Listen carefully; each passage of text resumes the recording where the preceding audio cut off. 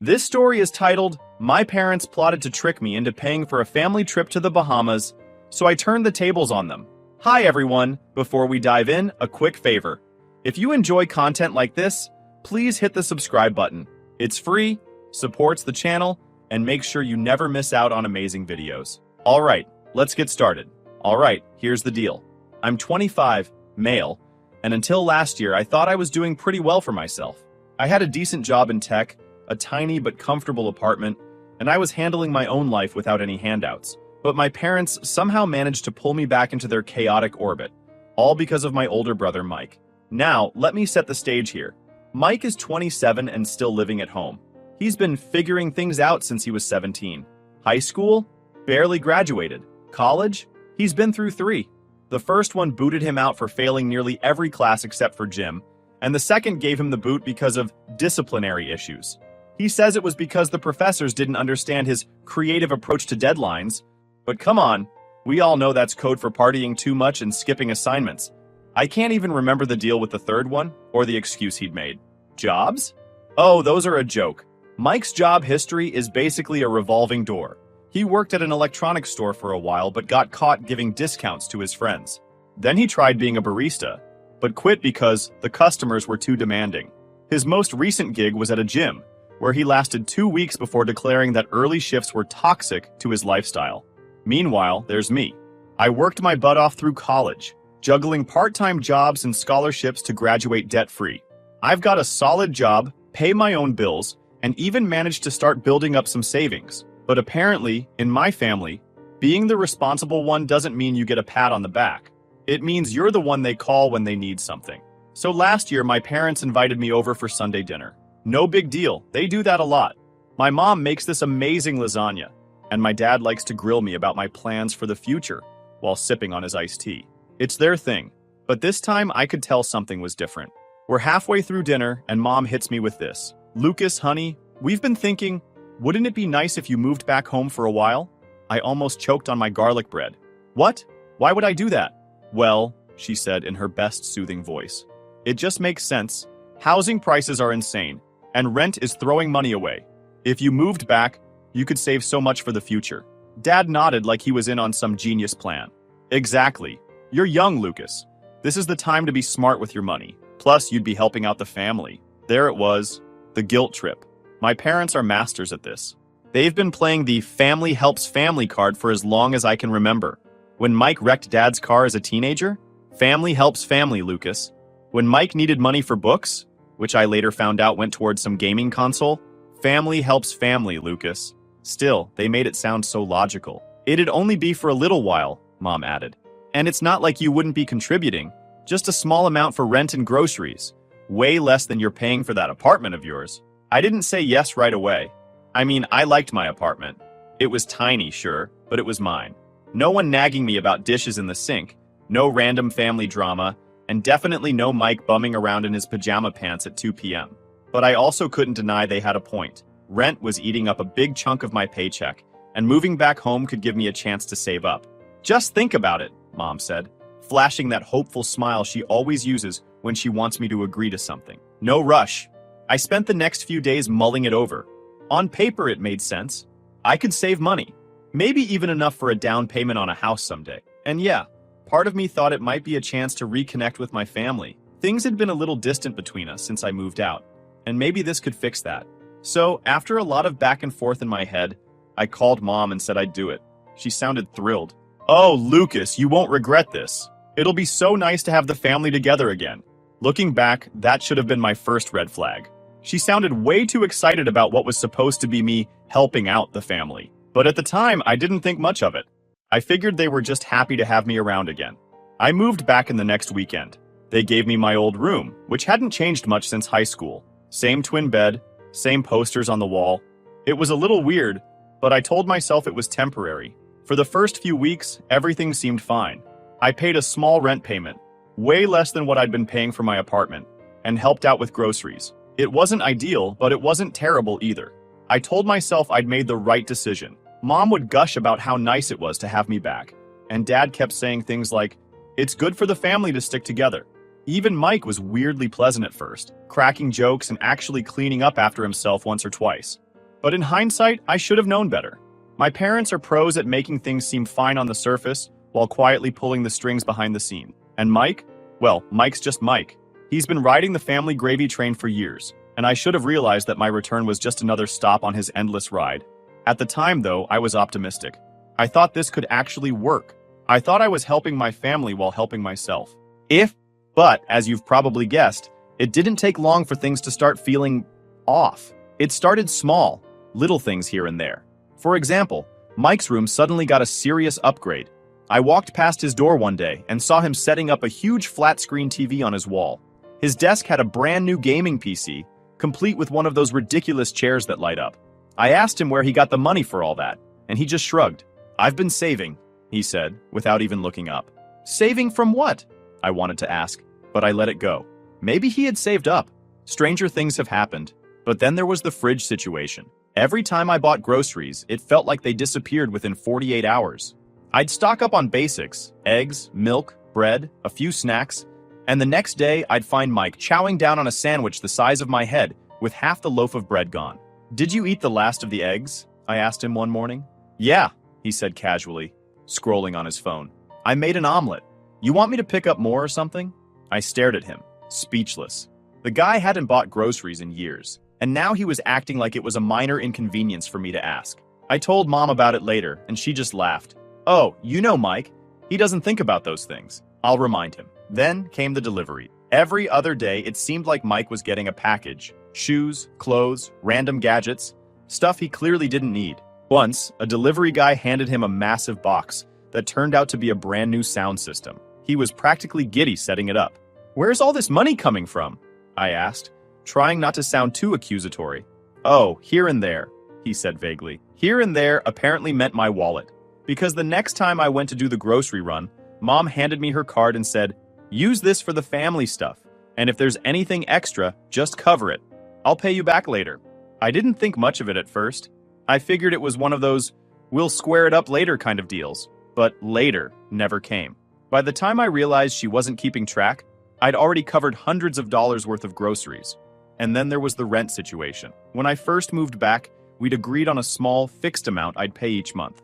But about 2 months in, Mom said, "Lucas, I hate to ask, but could you help a little more this month? Things are tight right now." "Sure," I said, figuring it was a one-time thing. Except it wasn't. The little extra became the new normal, and suddenly, I was paying almost as much as I had been for my apartment. When I brought it up, Dad said, "It's just temporary.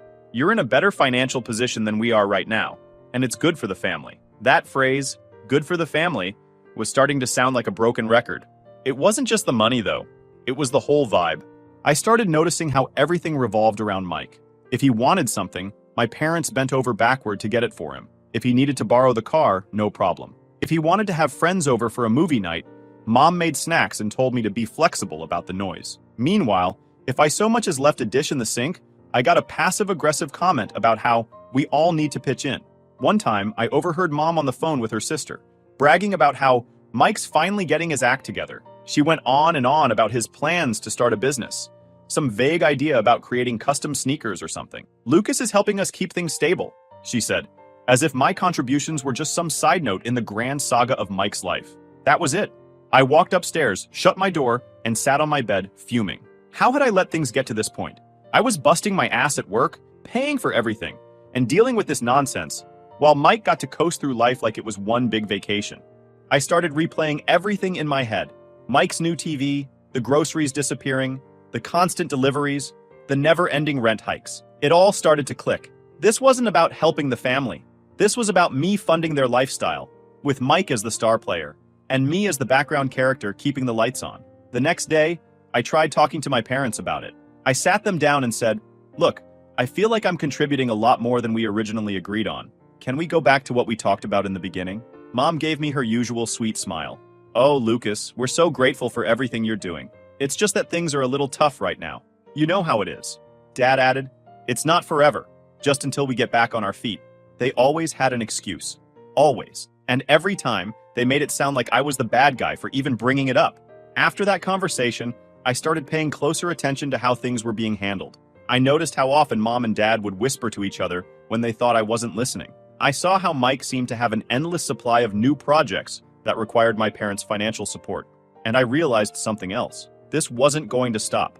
They weren't planning to get back on their feet. They were planning to keep leaning on me for as long as I let them. But I wasn't going to let them. Not anymore. The final straw happened one Friday night. It was supposed to be my time to unwind. After another long, exhausting week at work, I was looking forward to a quiet evening. Maybe grab some takeout, watch something mindless, and recharge. But of course, nothing is ever simple when it comes to my family. I walked into the house and was greeted by chaos. The living room looked like a frat party aftermath. Empty soda cans and chip bags were everywhere. And Max, Mike's hyperactive dog, was barking his head off at some random noise outside. Mike was sprawled on the couch, his feet up on the coffee table, gaming as usual. "Hey," I said, dropping my bag by the door. "Can you clean this up? It's disgusting in here." He barely glanced at me. Yeah, I'll get to it later," he mumbled, his eyes glued to the TV screen. "Not later," I said, louder this time. "Now. I've been at work all day, and the last thing I want to do is come home to this mess." "Dude, chill," he said, pausing his game. "It's just a few cans. Why are you so uptight all the time?" I felt my patience snap. "Uptight? Mike, this isn't just about a few cans. It's every damn day. I'm working my ass off while you sit around doing nothing, and you can't even clean up after yourself? What's your problem?" he shot back, standing up. "You moved back in, not me. No one asked you to play housemaid." We were yelling at this point, and Max, clearly not a fan of the noise, started barking even louder. "Are you serious right now?" I shouted. "I've been paying rent, buying groceries, covering bills, and you think I'm just being a maid? You've been mooching off mom and dad for years, and now you're trying to act like I'm the problem?" Mike rolled his eyes and waved me off. "Oh, here we go again. Poor Lucas, always so responsible. You're not a saint, dude. If you don't like it, leave. No one's forcing you to stay." That hit harder than I expected. "You know what?" I said, shaking my head. "You're right. I don't have to stay. And I'm done." He looked surprised for a second, but quickly masked it with a smirk. "Good. Don't let the door hit you on the way out." I stormed upstairs, slamming my door behind me. I wasn't going to back down this time. I grabbed my duffel bag and started packing. I didn't care if it was late or inconvenient. I was done. As I threw clothes and essentials into my bag, I couldn't stop replaying the argument in my head. How had I let it get to this point? Why had I stayed as long as I did? The answers didn't matter anymore. I just knew I wasn't going to spend another night under this roof. I carried my duffel bag downstairs, ready to leave, but just as I reached the bottom step, I heard the front door open. Mom and Dad were back from their dinner. "Oh, Lucas, what are you doing?" Mom asked, her cheerful tone shifting to confusion as she noticed my bag. "I'm leaving," I said flatly. "What?" she asked, stepping closer. "Why? What happened?" Before I could respond, Mike came into the room, still wearing his smug expression from earlier. "He's just being dramatic," he said, leaning against the wall. Mom's face fell. "Dramatic? Mike, what did you do?" "Nothing," he said defensively. "We had a little argument, and now he's blowing it way out of proportion." I couldn't help but laugh bitterly. "A little argument? You told me no one asked me to stay, and that I should just leave if I don't like it. So, here I am, leaving." Mom turned to Mike, her voice dropping to that soft, serious tone she uses when she's trying to keep things calm. "Mike, you need to apologize to your brother." "For what?" Mike said, crossing his arms. "For making him feel unwelcome," she said firmly. "We need Lucas here. He's been helping out so much, and it's not fair to push him away like this." Dad, who had been quiet up until now, added, "She's right. If Lucas leaves, it's going to make things a lot harder for all of us.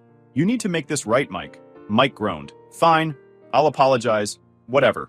I stood there, staring at them in disbelief. They weren't asking him to apologize because they cared about me or wanted me to feel appreciated. They were asking because they needed me to stay, so they could keep taking advantage of me. All those months of thinking I was helping my family, of hoping that maybe we were reconnecting, and it all boiled down to this. I was just their meal ticket. "Don't bother," I said, slinging my bag over my shoulder. "I'm not staying, and no fake apology is going to change my mind." "Lucas, wait," Mom said, stepping in front of me. "We can work this out. Let's just sit down and talk." "No," I said firmly. "I'm done. I've had enough." Mom's face fell, and for a moment, she looked genuinely upset. But then she straightened up and said, "You're being unreasonable. We're a family, Lucas." "Exactly," I said. "Families help each other. But that's not what's happening here. This is one-sided, and I'm done playing along." I walked past her and opened the door. As I stepped outside, I heard Mike mutter, "Whatever. He'll be back." I didn't bother responding. I just walked out to my car, threw my bag in the back seat, and drove off. That night, I crashed at my friend Jake's place. He didn't even ask questions. He just handed me a blanket and said, "Stay as long as you need." Lying on his couch, I felt lighter than I had in months.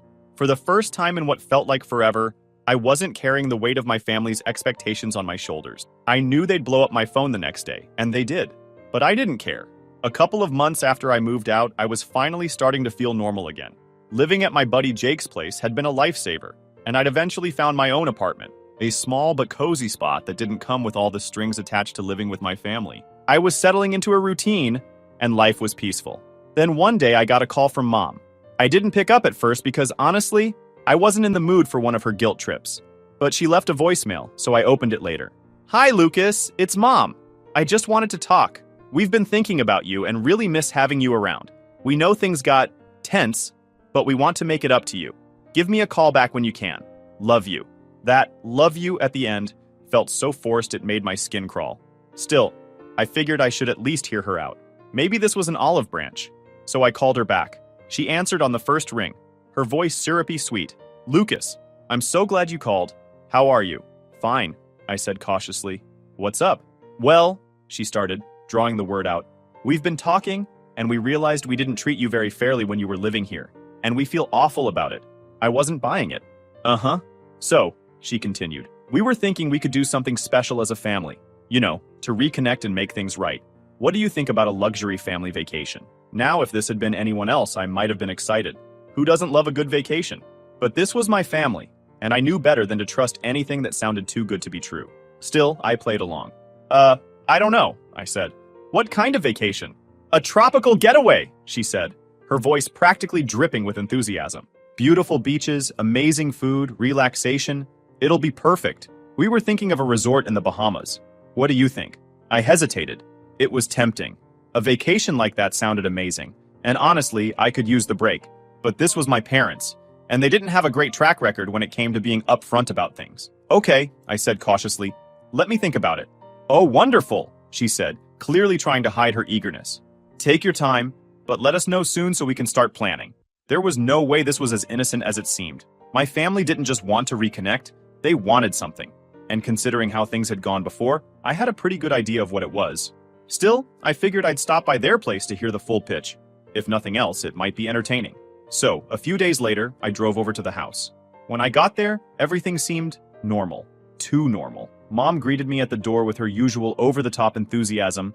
Dad was sitting in his recliner looking perfectly content, and Mike was nowhere to be seen. It was like they were trying to set the stage for the perfect family moment. We sat down in the living room, and Mom launched into her sales pitch. She talked about how much she missed me, how important family was, and how this trip could be a fresh start for all of us. She even threw in a few guilt-laced lines like, "Family is all we've got, Lucas," and "We just want to make it up to you." Dad chimed in with his usual practical angle. "It's a great opportunity for us to bond. And Lucas, you've been working so hard. You deserve a break." I stayed quiet, nodding occasionally, letting them do their thing. But as the conversation went on, it became clear they were trying way too hard. Eventually, I said, "Okay, so how's this going to work?" Mom smiled. "We were thinking it'd be easiest if you handled the booking. We'll give you all the details, dates, preferences, that kind of thing, and you can book it. Then we'll pay you back right after." "Right after?" I asked, raising an eyebrow. "Yes, of course," she said quickly. "We just thought it'd be simpler for one person to coordinate everything." At that moment, I heard the garage door open. Mike had arrived. I wasn't planning to stick around. Sure enough, as I was heading toward the door, I overheard them talking in the kitchen. "Once Lucas agrees to book everything," Mom said, "we'll promise to pay him back, but we won't." Mike's voice chimed in, laughing. "He owes us anyway." And then Dad, "He'll get over it, like always. He's got the money." I stood there for a moment, stunned but not entirely surprised. This wasn't about reconnecting. It was just another scheme to use me, like always. I left without saying goodbye and started planning my next move. If they wanted me to book a trip, I'd give them a trip, all right. But it wasn't going to be the one they expected. This time, I was going to turn the tables. The plan started forming almost immediately. I'd agree to book the trip, but it wasn't going to go the way they thought. Let's just say, they were about to learn what happens when you underestimate the guy who's been paying attention all along. When I got home, I called Mom and said, "Okay, I'll do it. Send me everyone's preferences, and I'll handle the booking." "Oh, Lucas, thank you so much," she gushed. "We knew you'd come around. This is going to be so wonderful." "All right, so here's the thing. When I agreed to book the trip, my parents thought they'd already won. But I wasn't going to let that happen. Not this time. If they wanted to trick me, I'd give them a trick they'd never forget. The first step was to keep everything calm and normal. I couldn't let them suspect I was onto them. So, when Mom started bombarding me with texts about dates, preferences, and room types, I played along. Sure, Mom, sounds great. I'll handle it. She even called me a few times to double-check that I was still okay paying up front, but I stayed cool. Yeah, no problem. I've got it covered. She probably thought I was the perfect sucker. Once I had all their details, dates, flight times, room preferences, I got to work. Instead of booking a trip for 4 like they expected, I booked a trip for 1, me. I found an all-inclusive luxury resort in the Bahamas with a private villa, ocean views, and room service. The works. For the fake trip, I used my tech skills to whip up some pretty convincing reservations. I created fake itineraries for their hotel stays, making sure everything looked legit. I even added a little flair, things like complimentary breakfast and VIP check-in to make it seem extra special. But here's where it gets better. I booked their flights using a travel agency that I knew allowed only the primary account holder, me, to make changes. That way, if or when they figured out the trick, I could cancel the flights with a single click. And of course, I gave them fake tickets that had the wrong departure time on them. Now I know what you're thinking. Lucas, this is a lot of effort just to mess with your family. And you'd be right. It was a lot. But after everything they'd put me through, I figured they deserved it. Plus, the satisfaction of knowing I was finally standing up for myself? Totally worth it. The day of the trip rolled around, and I made sure to keep up the act. I called Mom that morning to confirm the details. Your flight leaves at 11 a.m., I told her. Don't forget to get there early for security. And make sure you bring the printouts I sent you. Some airlines are picky about digital tickets. Oh, thank you, Lucas, she said, her voice dripping with gratitude. We're so excited. This is going to be the best trip ever. I could almost hear her smirking through the phone. Meanwhile, I was already packed and ready to go. My flight, on a completely different airline, was set to leave 2 hours earlier, so I made sure to head to the airport long before they would arrive. At the airport, I kept my phone on long enough to see Mom's "We're on our way" text pop up. I sent back a quick "Safe travels, can't wait to see you at the resort," before turning on airplane mode and boarding my flight. The resort was everything I'd hoped for and more. As soon as I got to my room, I took a picture of the view from my balcony and sent it to them with the caption, "Made it. Hope you're having a smooth trip." The satisfaction of knowing they had no idea what was coming was almost as good as the view. Almost. I knew they wouldn't realize anything was wrong until they got to the airport. Their fake flight tickets had the wrong departure time, 2 hours later than the real flight.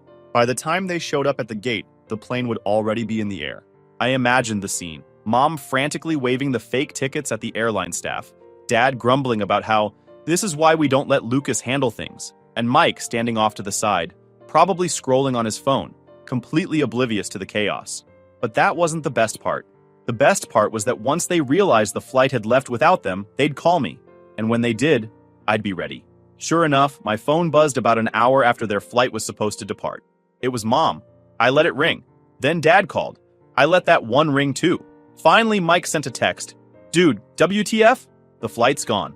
I waited a few minutes before replying. "What do you mean? I'm at the resort. Didn't you get on the flight?" The response came almost immediately. "Our tickets don't work. They said the flight already left." I smiled and typed back, "That's weird. Everything was fine with my flight. Let me check on it when I get to Wi-Fi." Before I turned my phone back to airplane mode, I sent one last message to the group chat.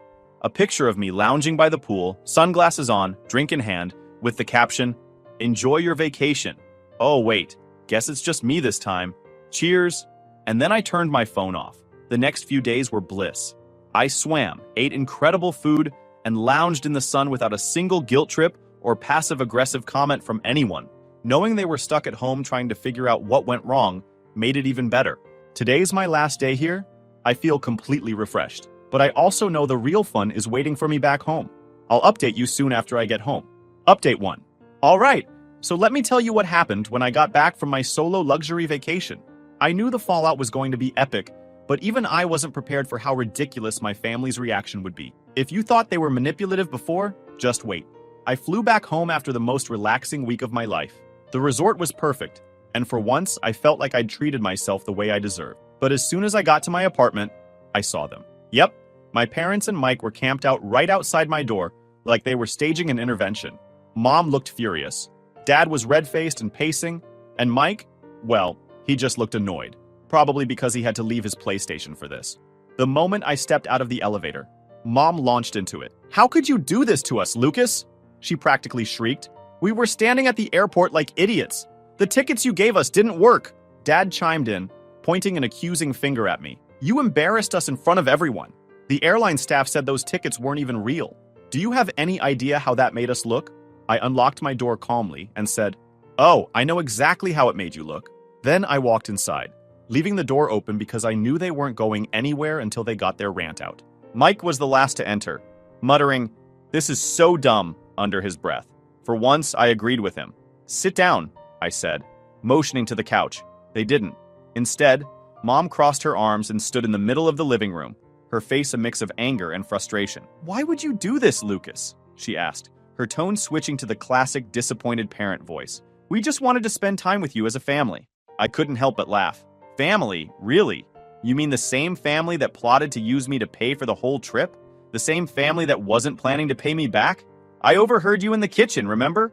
Don't act like this was about reconnecting." Their faces went pale, and for a second, there was complete silence. Then Dad, ever the defensive one, said, "It was just a misunderstanding. We didn't mean it like that." "Oh, really?" I said, pulling out my phone. I tapped the screen a few times, then hit play. The recording I'd made of their kitchen conversation filled the room. I hit pause and slid my phone back into my pocket. "Still a misunderstanding?" I asked, looking directly at Dad. Mom opened her mouth, closed it, then opened it again like a fish gasping for air. Finally, she said, "That was taken out of context." I laughed harder this time. "Out of context?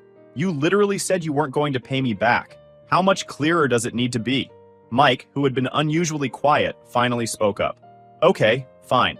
Maybe we were going to let you cover it, but it's not like you can't afford it. You're doing fine." I turned to him, my blood boiling. "Oh, I'm sorry, Mike. Is it my responsibility to fund your vacations now? Or does that only apply when Mom and Dad run out of money, bailing you out of whatever mess you've made this time?" "Don't talk to your brother like that," Mom snapped. "He's been working hard." "Working hard?" I interrupted, my voice rising. "At what? He hasn't worked a real job in years, but somehow he's always got new gadgets and trips planned. Meanwhile, I'm the one busting my ass. And you expect me to just hand over my money like it's nothing? Number not anymore." Dad tried to step in, his tone calmer, but still condescending. "Lucas, we're family. You shouldn't be airing our dirty laundry like this." That was the last straw. "You want to talk about family?" I said, my voice steady but sharp. "Family doesn't manipulate each other. Family doesn't treat one kid like an ATM, while letting the other coast through life without consequences. You don't get to pull the family card now, just because you're mad I didn't let you use me this time."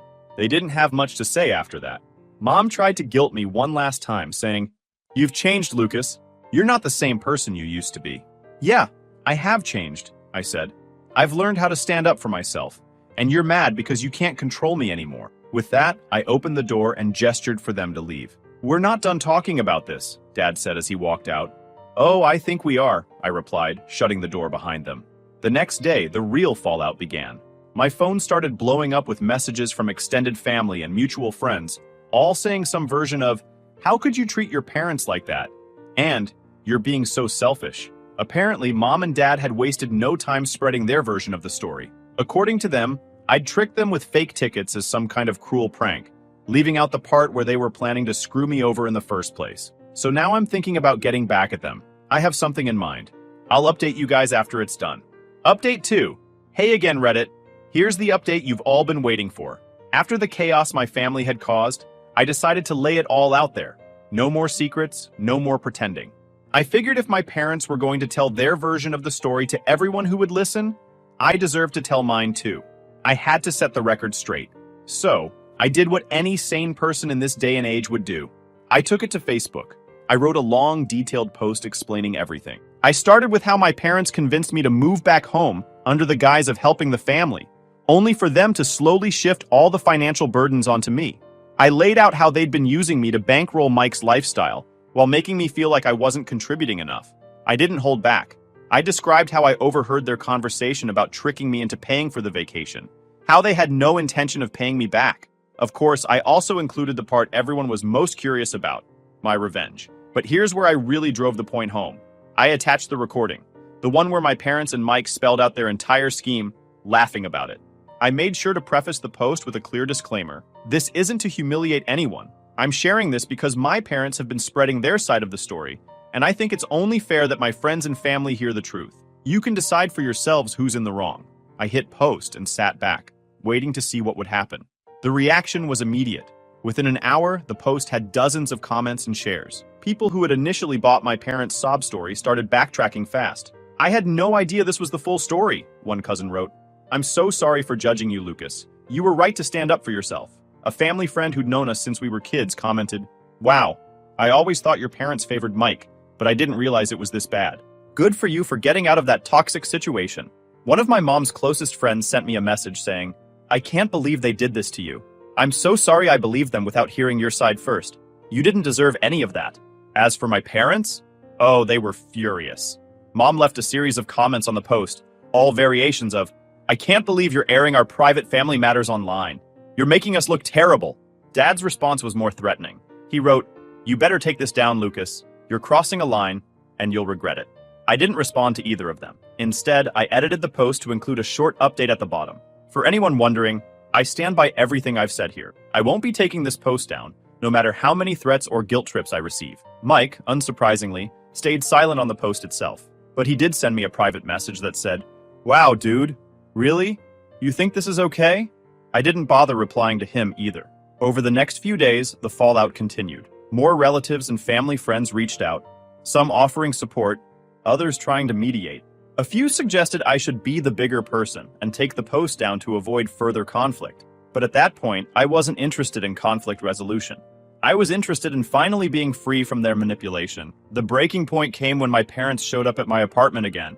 I didn't let them in this time, but I stood in the doorway while Mom begged me to fix this mess. You've ruined our reputation, she said, tears streaming down her face. How could you do this to us, Lucas? We're your parents.